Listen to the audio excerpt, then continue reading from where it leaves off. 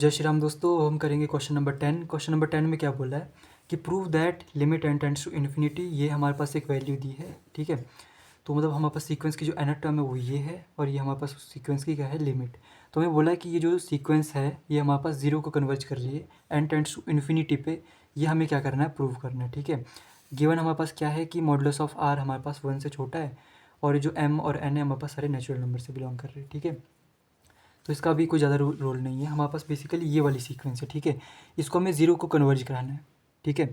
तो सबसे पहला स्टेप वही रहेगा, पहले हमें देखना है क्या हम इसको स्टेटमेंट से कर सकते हैं कन्वर्जेंट सीक्वेंस की। तो कन्वर्जेंट सीक्वेंस की जो स्टेटमेंट होती है वो आपको पता है क्या होता है कि ए एन हमारे पास जो nth टर्म होती है और उसकी जो लिमिट होती है उसको हमें बराबर प्रूव करना होता है। तो ए एन माइनस एल का जो मॉडुलस होता है वो हमारे पास एप्सिलॉन से छोटा आना चाहिए, ठीक है। तो वो तो यहाँ पे आ जाएगा किसी तरह से। बट जब हम बात करते हैं एन को डिफ़ाइन करने की, हमें एन डिफ़ाइन करना है कि एन हमारे पास आ कहाँ रहा है, तो वो यहाँ पे करना मुश्किल है, ठीक है। तो इस तरह से हमने देखा, माइंड ही माइंड में देखना ही है ना। तो इस तरह से हमने देखा कि भाई देखो स्टेटमेंट से तो नहीं होगा, ठीक है। फिर हम आगे बढ़ते हैं, हमें क्या करना होता है फिर, सैंडविच थ्योरम या फिर स्टेटमेंट का यूज़ करना होता है। तो इससे पहले हमने सैंडविच थ्योरम देखी, ठीक है। अब हम ये हमारे पास जो क्वेश्चन है वो बेसिकली स्टेटमेंट का है और इस स्टेटमेंट से क्यों होगा, उससे क्यों नहीं होगा सैंडविच थ्योरम से, वो भी बताता हूँ। तो अगर मैं इसको सैंडविच थ्योरम से देखूँ ना, सैंडविच थ्योरम से करना है मतलब हमें इस सीक्वेंस को कुछ इस तरह से बताना है कि ये सीक्वेंस किसी एक सीक्वेंस से छोटी है और किसी एक सीक्वेंस से बड़ी है, ठीक है। तो क्या आप बता सकते हो यहाँ पे किस सीक्वेंस से बड़ी है किस सीक्वेंस से छोटी है। अगर इस सीक्वेंस में हमारे पास ये पता होता कि इसकी सबसे बड़ी टर्म कौन सी है और सबसे छोटी टर्म कौन सी है तब हम बता देते, ठीक है। बट यहाँ पे हमारे पास क्या है, मल्टीप्लाई में एक ही टर्म है पूरी की पूरी।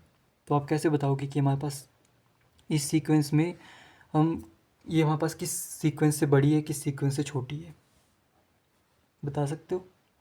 नहीं ना। तो इसलिए हमारे पास सैंडविच थ्योरम का इसमें यूज़ नहीं होगा। फिर हम इसमें करेंगे क्या, हम करेंगे स्टेटमेंट का यूज़। स्टेटमेंट का यूज़ भी तब करना है जब हमारे पास यहाँ पे ज़ीरो या इन्फिनिटी दिया हो, क्योंकि वही तो स्टेटमेंट होती है। या तो हमें ज़ीरो को कन्वर्ज कराना हो तब हमारे पास स्टेटमेंट लग सकती है, अगर हमें इन्फिनिटी को बताना हो तब हम स्टेटमेंट का यूज़ कर सकते हैं, ठीक है। अदरवाइज़ हम क्या करते हैं, मोनोटोनिकली इंक्रीज़, वो मैं आपको आगे बताऊँगा। तो यहाँ पे मैंने देखा ज़ीरो है तो हम स्टेटमेंट का यूज़ कर सकते हैं, ठीक है। तो स्टेटमेंट क्या होती है, अगर हमारे पास क्या है कि किसी एक सीक्वेंस को एन टेंड्स टू इन्फिनिटी पे हमें ये बताना है कि वो हमारे पास ज़ीरो को कन्वर्ज कर रही है, ठीक है। तो हमें क्या करना पड़ेगा, limit n tends to infinity a n plus one divided by a n, हमारे पास जो भी वैल्यू आएगी वो हमारे पास उसका जो मॉडुलस होगा वो 1 से छोटा होना चाहिए, मतलब अप्रॉक्स ज़ीरो को कन्व की तरफ होना चाहिए, ठीक है। तब हम बोलेंगे कि ये सीक्वेंस हमारे पास ज़ीरो को कन्वर्ज करेगी। तो यहाँ पे दो चीज़ें निकालना ज़रूरी है, ए एन प्लस वन और ए एन तो हमारे पास गिवन है, तो जहाँ जहाँ एन होगा ना उसकी जगह बस हमें एन प्लस वन रखना है, वो हमारे पास हो जाएगा एन प्लस वन। इन दोनों को डिवाइड करके हमें लिमिट लगा देनी है, ठीक है। तो जो भी वैल्यू आएगी वो हमारे पास 1 से छोटी आनी चाहिए, उसका जो मॉडुलस है, ठीक है। तो आपको उसको यहीं बता देता हूँ दिखा दिखा के। तो हमारे पास ये वाली सीक्वेंस दी हुई है, ठीक है। तो हमने क्या निकाला, ए एन प्लस वन निकाला। ए एन प्लस वन मतलब जहाँ जहाँ एन होगा उसकी जगह एन प्लस वन रखना है। यहाँ एन था इसकी जगह क्या रखा, एन प्लस वन रखा, ठीक है। तो हमारे पास ये आ गया, यहाँ पे भी एन का फैक्टोरियल था, यहाँ पे भी एन प्लस वन का फैक्टोरियल हो जाएगा। आर की पावर में एन था, यहाँ पे हो जाएगा आर की पावर में एन प्लस वन, ठीक है। तो हमें जब इसको डिवाइड करना है तो हम जब डिवाइड करेंगे ना, तो डिवाइड करने के बाद हमारे पास ये आ जाएगा, ठीक है। ऊपर आ जाएगा एम माइनस एन, ठीक है, और नीचे आ जाएगा हमारे पास एन प्लस वन और हमारे पास आर बच जाएगा ये वाला, ठीक है। ये डिवाइड अगर कोई दिक्कत होगी तो कमेंट कर देना, फिर मैं इसको थोड़ा डिटेल में आपको बता दूंगा। तो ये हमारे पास आ गई वैल्यू, ठीक है। जो हम इसमें लिमिट लगाएंगे तो ये हमारे पास 1 से छोटा आना चाहिए इसका जो मॉडुलस होगा, ठीक है। तब हम बोलेंगे ये सीक्वेंस ज़ीरो को कन्वर्ज कर रही है, ठीक है। तो देखो limit n tends to infinity, इस पर हम लिमिट लगाएंगे अब। तो न्यूमरेटर में n नहीं चाहिए तो एक काम करते हैं, हम पूरी इस न्यूमरेटर में से n कॉमन निकालते हैं, डिनोमिनेटर में से n कॉमन निकालते हैं, वो हमारे पास कट जाएगा। तो यहाँ पे क्या बचेगा, m divided by n minus one, यहाँ पे क्या बचेगा 1 प्लस वन बाय n, ठीक है, इस तरह से। और r बाहर चल रहा है, ठीक है। तो n टेंड्स टू इन्फिनिटी करोगे तो m ओवर इन्फिनिटी क्या हो जाएगा, ज़ीरो। ये क्या हो जाएगा, ज़ीरो, ऊपर बचेगा माइनस वन, नीचे बचेगा वन। तो मतलब हमारे पास क्या बचा, माइनस वन इंटू आर। तो हमारे पास क्या आ गया, माइनस आर, ठीक है। तो हमारे पास जो लिमिट होती है उसका मॉडुलस हमें देखना होता है। यहाँ देखो लिमिट का मॉडुलस देखना होता है, वो होना चाहिए 1 से छोटा। तो यहाँ पे जो हमारे पास लिमिट आई वो मतलब जो हमारे पास वैल्यू आई वो क्या आई -r। तो इसका मॉडुलस देखना है, मॉडुलस क्या आएगा इसका r, और r हमारे पास 1 से छोटा होना चाहिए, ठीक है। अब हमें क्या पता r 1 से छोटा है कि नहीं है, तो देखो ये चीज़ हमारे पास ना क्वेश्चन में गिवन है, where modulus of r is smaller than 1, ये गिवन है। तो अगर ये छोटा है 1 से, तो मतलब हमारे पास ये जो इसकी वैल्यू आई ना सॉल्व करके, वो तो r आई, और r हमारे पास 1 से छोटा है, मतलब ये जो सीक्वेंस है 0 को कन्वर्ज कर रही है, ठीक है। तो इस तरह से हम स्टेटमेंट का यूज़ करते हैं। पहला स्टेप वही रहेगा जो कन्वर्जेंट सीक्वेंस की डेफिनेशन है उससे, अगर उससे नहीं हुआ फिर हम आते हैं सैंडविच थ्योरम से। सैंडविच थ्योरम के लिए हमें पहले तो सीक्वेंस की जो अपर सीक्वेंस होगी, लोअर सीक्वेंस होगी, उनको बताना पड़ेगा। तो अगर हम बता पा रहे हैं तो ठीक है, नहीं बता पा रहे तो फिर हमारे पास स्टेटमेंट का यूज़ होगा, और वो भी तब होगा जब हमारे पास यहाँ पे 0 होगी या इन्फिनिटी होगी, ठीक है। तो इस तरह से हमारे पास होते हैं ये जो स्टेटमेंट है। और कौन इसका क्वेश्चन, और भी इसका क्वेश्चन है, ये भी कर सकते हैं। क्वेश्चन नंबर 11, इसमें क्या बोला है, prove that if a n, हमारे पास ये दिया हुआ है, then a n approaches to infinity as. तो पहला स्टेप सेम ही रहेगा, हमें सबसे पहले क्या करना है, जो हमारे पास डाइवर्जेंट सीक्वेंस की डेफिनेशन होती है उसका यूज़ करना है, ठीक है। तो जब हम क्या करेंगे, यहाँ पे ना इन्फिनिटी भरेंगे, तो क्या यहाँ पे क्या आ जाएगा, इन्फिनिटी की पावर में इन्फिनिटी बाय इन्फिनिटी का फैक्टोरियल, तो ये हमारे पास नॉट डिफाइंड हो जाता है। इन्फिनिटी बाय इन्फिनिटी या 0 बाय 0, ये चीज़ हमारे पास नॉट डिफाइंड होती है, ठीक है। ये ना इन्फिनिटी होता है, ना 0 होता है, कुछ नहीं होता, तो ये हमारे पास नॉट डिफाइंड होता है, इसलिए हम इस क्वेश्चन को इस तरह से नहीं कर सकते, ठीक है।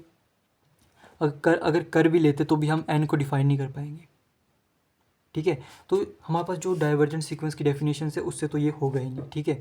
बात करते हैं, फिर हम आगे आते हैं, तो हमारे पास क्या आती है, सैंडविच थ्योरम आती है। सैंडविच थ्योरम में हमारे पास इस सीक्वेंस की एक अपर सीक्वेंस और एक लोअर सीक्वेंस बतानी होती है, तो हम यहाँ पे नहीं बता पाएंगे, ठीक है, क्योंकि हमें पता ही नहीं किससे बड़ा है किससे छोटा है, तो हम सैंडविच थ्योरम का यूज़ भी नहीं कर सकते। फिर हमारे पास आता है जो 2 स्टेटमेंट्स हैं, तो उसके लिए हमारे पास ज़रूरी है कि हमारे पास क्वेश्चन में दिया हो कि हमारे को 0 को कन्वर्ज कराना है या फिर माइनस या फिर इन्फिनिटी को डाइवर्ज कराना है।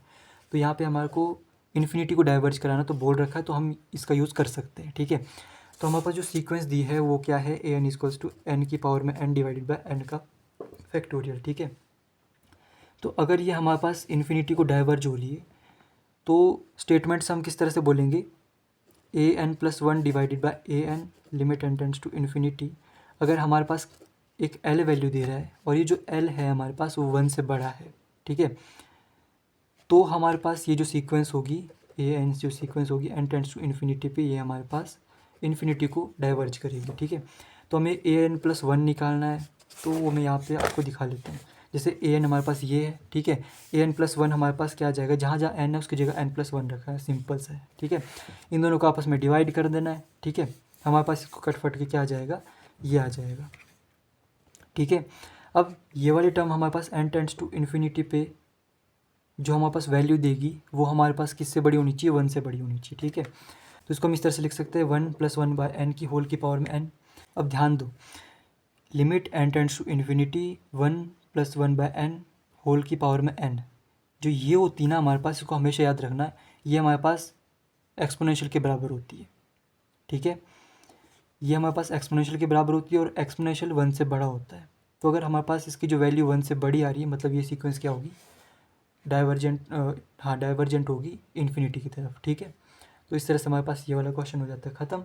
तो हमारे पास वही बात है कि अगर हमारे पास क्वेश्चन दिया हो तो सबसे पहले उसमें कन्वर्जेंट डाइवर्जेंट की स्टेटमेंट लगाओ, उससे नहीं हो रहा है, फिर हमारे पास सैंडविच थ्योरम होती है, उससे नहीं हो रहा है, फिर हमारे पास उसको देखना होता है, हमें क्वेश्चन में अगर 0 या इन्फिनिटी दिया है कन्वर्ज कराने के लिए, फिर हम उसमें स्टेटमेंट लगाते हैं। अगर उससे भी नहीं हो रहा है, फिर हम मोनोटोनिकली इंक्रीज़, मोनोटोनिकली डिक्रीज़ इसको पढ़ेंगे, फिर हम इसका यूज़ करते हैं, ठीक है। तो ये भी बहुत ईजी है, आपको जल्दी समझ में आ जाएगा, ठीक है।